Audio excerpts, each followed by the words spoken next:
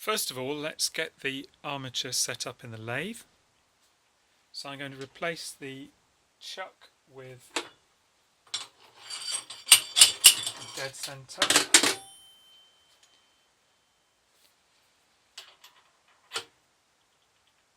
There we are.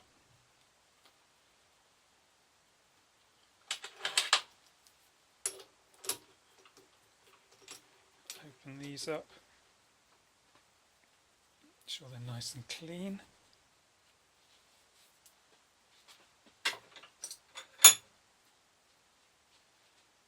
So now we can put this in here.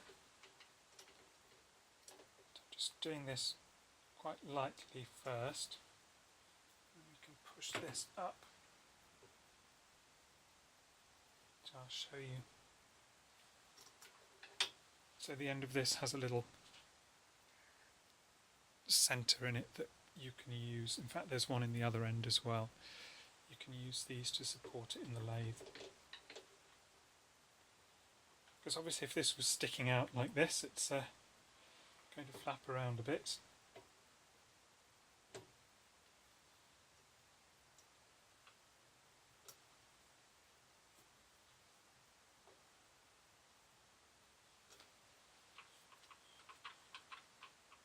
So there, it's supported at this end and it's supported at that end in the chuck. So now I've got the armature set up in the lathe and I'm measuring the run out on the commutator using this dial gauge, and I've set it to 0, and moving this way increases the reading on there. So as I turn this round,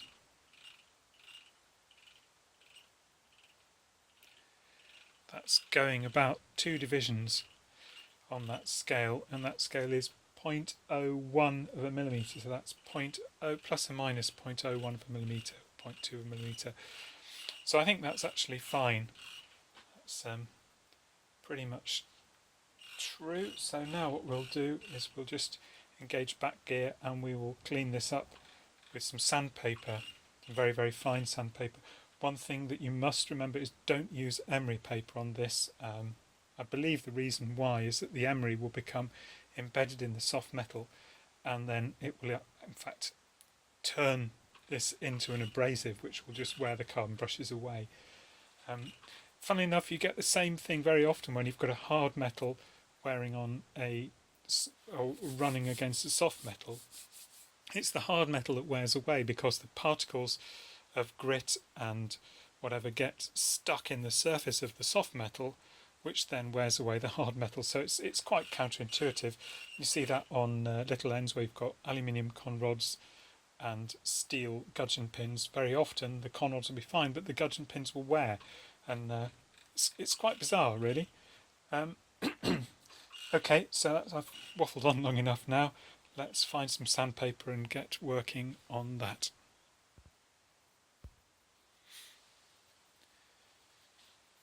First off, we'll remove the dial gauge.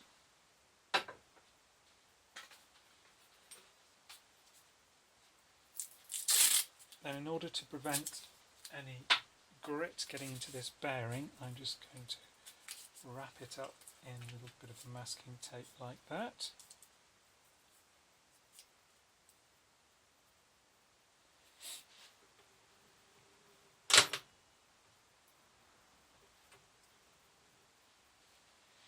And also, to look after the lathe bed, I've got this piece of wood that stops any bits of grit going on there. Right, so we can engage back gear. Just check it's spinning freely. Yeah. Engage the back gear. Turn the lathe on. And then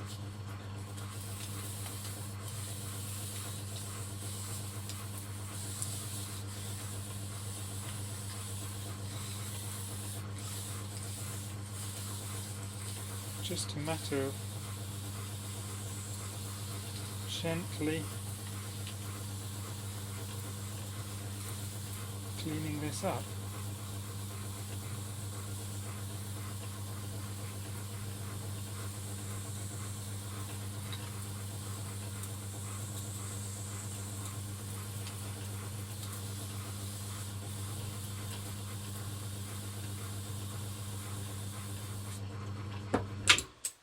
I think I could probably go up a notch here.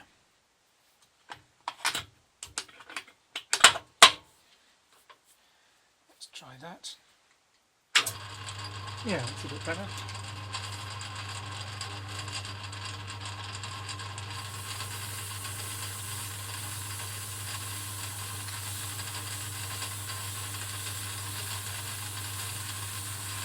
So I'm not going at this half the lever, I'm just doing it very gently.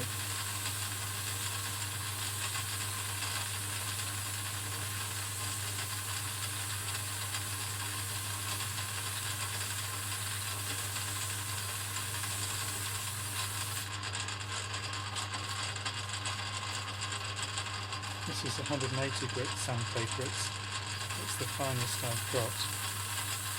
You probably could go even finer.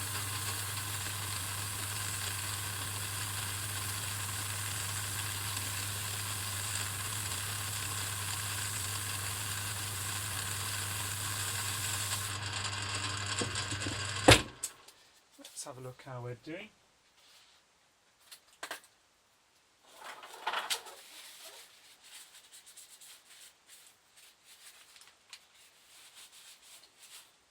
And that actually is looking pretty nice. There's still a bit of pitting there that could do to be removed. But on the whole, that's looking really good.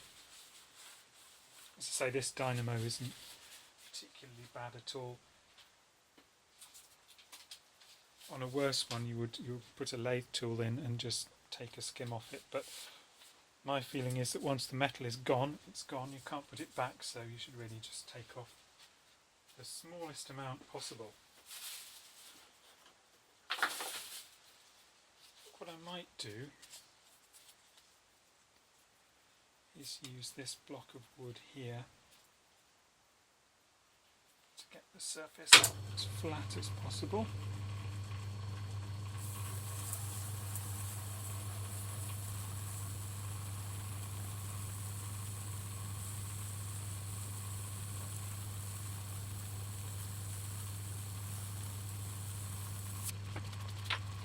Finish off like this again.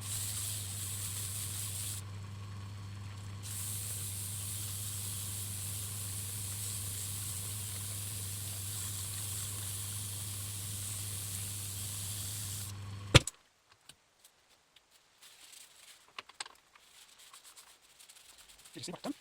Engage that properly. So it doesn't matter.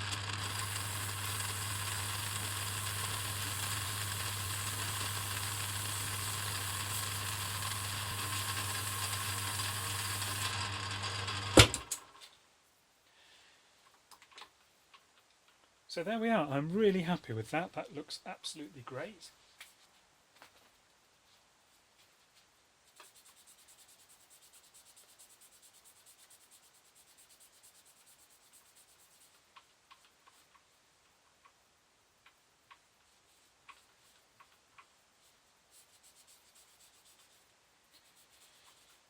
So there we are, that's looking very nice and it feels super smooth. You want to make sure that these are undercut, these segments slightly, and not, the book says you must take a hacksaw blade, grind it down till it's as thin as the slot, and then undercut them with that. Which I've never had to do, thank goodness, because it sounds like a real pain. Yeah, so I'll just go clean these out with a stiff brush later on, I think. Get rid of any traces of abrasive. So there you are, one commutator fettled up and lovely and ready for fitting back. So now I'll just remove that.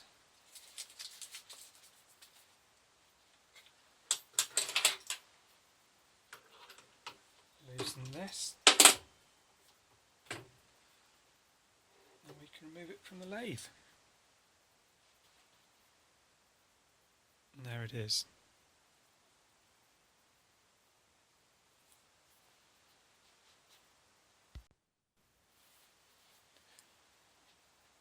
So now the dynamo is fully dismantled, we have the field coils in the main housing here. They look fine. They were just a bit mildewed. I've cleaned those up. I've taken the fuse holder and connector block off the top. I'm not really very keen on having to do that, but I noticed that this wire here from the field coil was only just making contact down in the bottom there, and that needed to be remade. Problem with doing anything like this is this insulation here is very old and brittle, and as soon as you bend it, it'll probably crack. So you're going to have to make sure, if you do get into this type of thing, make sure that if the insulation is damaged, you sleeve it over with some modern insulation, something like that. So you'll probably see me doing that later on.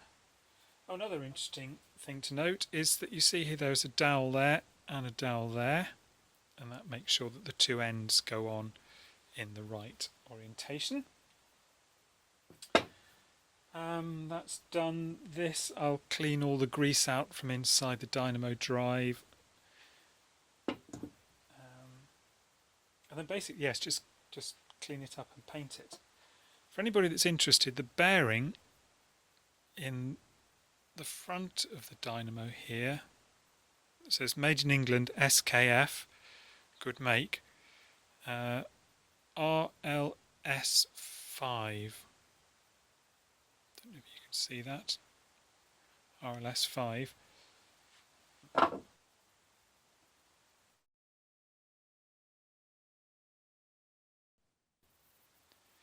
One of the things that I'd like to do is replace this resistance wire here with some new.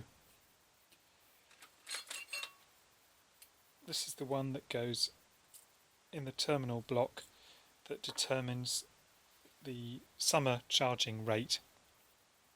So it's not particularly critical, but it would be good to replace it. Another reason is that a friend of mine has got one of these dynamos and the resistance wire is completely missing out of his, and so I thought it would be interesting to work out exactly what was needed to replace it.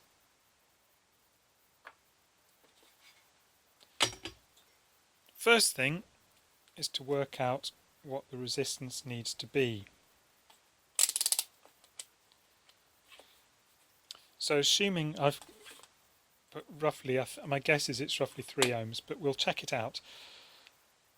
So using this grotty meter again, we know that when the probes are together it's registering about 0.5 of an ohm now, 0.4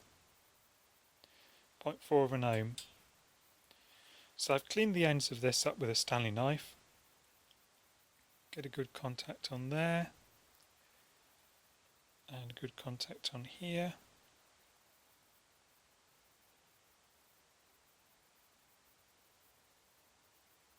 And there we've got about 3.8 ohms.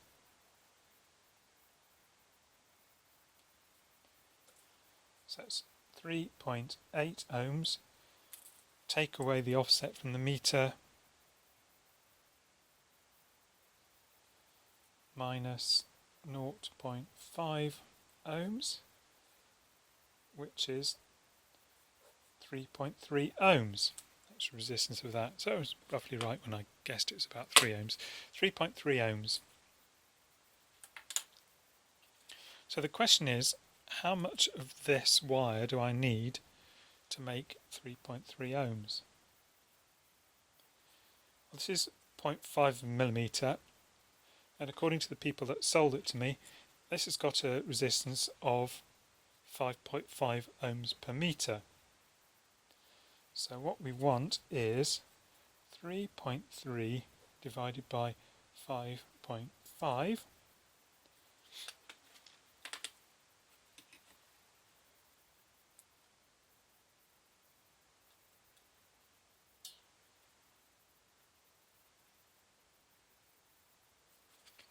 which is 0.6 of a meter.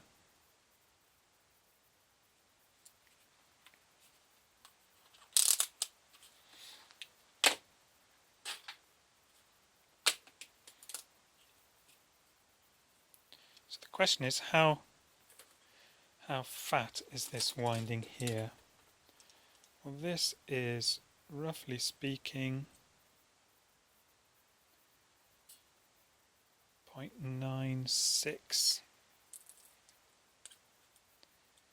That gap in there is 10.4.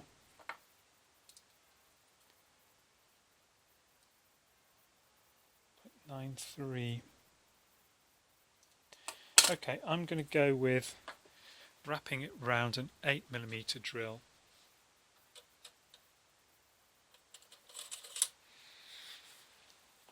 So I'll wrap it round this and see what the result is. Let's try a bit to begin with.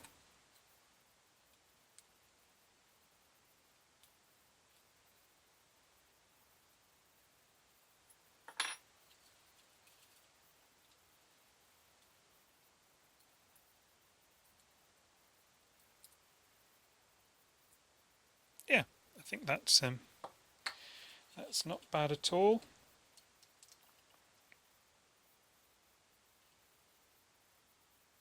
.95. Great. Okay, so we want 60 centimeters of this. So let's go for a little bit more to be on the safe side.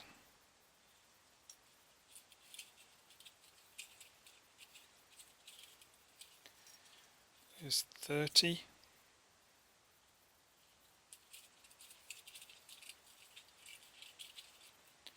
60 and a little bit more to be on the safe side.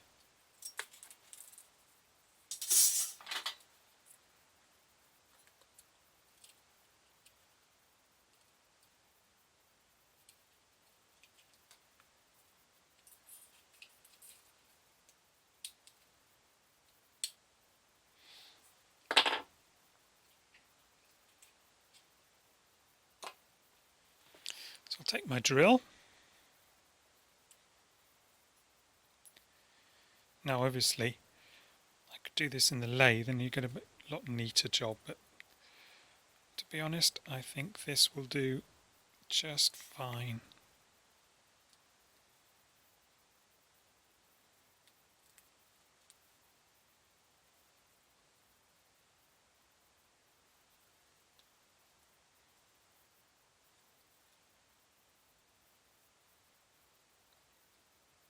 So this Nichrome wire, this is the type of thing that you find in electrical heaters. It's quite common, easy to come by. You can get it in different thicknesses, and obviously in this particular application, if it was much thinner, then you wouldn't have to have as much of it, but then it probably wouldn't, it would get too hot with the current that was going through, so at least with it being a bit thicker, the heat is distributed over the entire length of the coil. And actually you can see that this has ventilation holes in it to allow the heat from the wire to escape, as does the cover. Anyway, I'm waffling on, let's carry on winding this.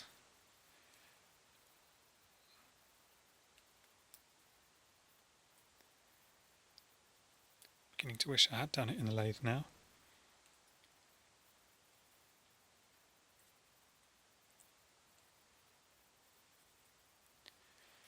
Nearly there.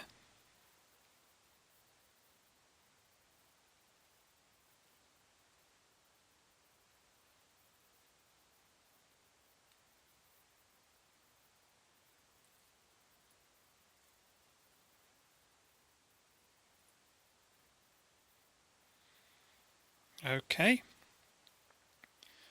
so that's my round about 65 centimeters of Nichrome wire in a coil.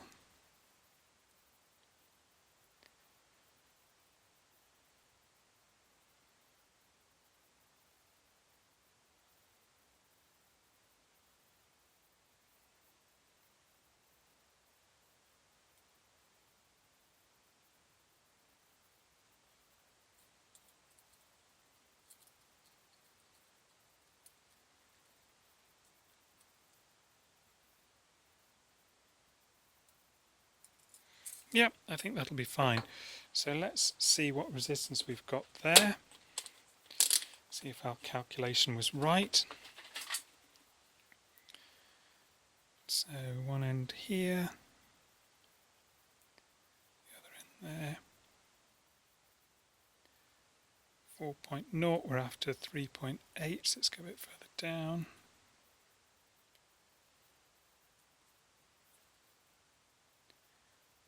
3.5, 3.7,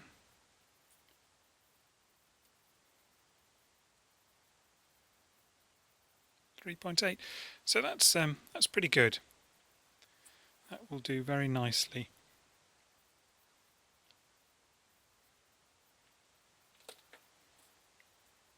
There's the original one, and there's my replacement one.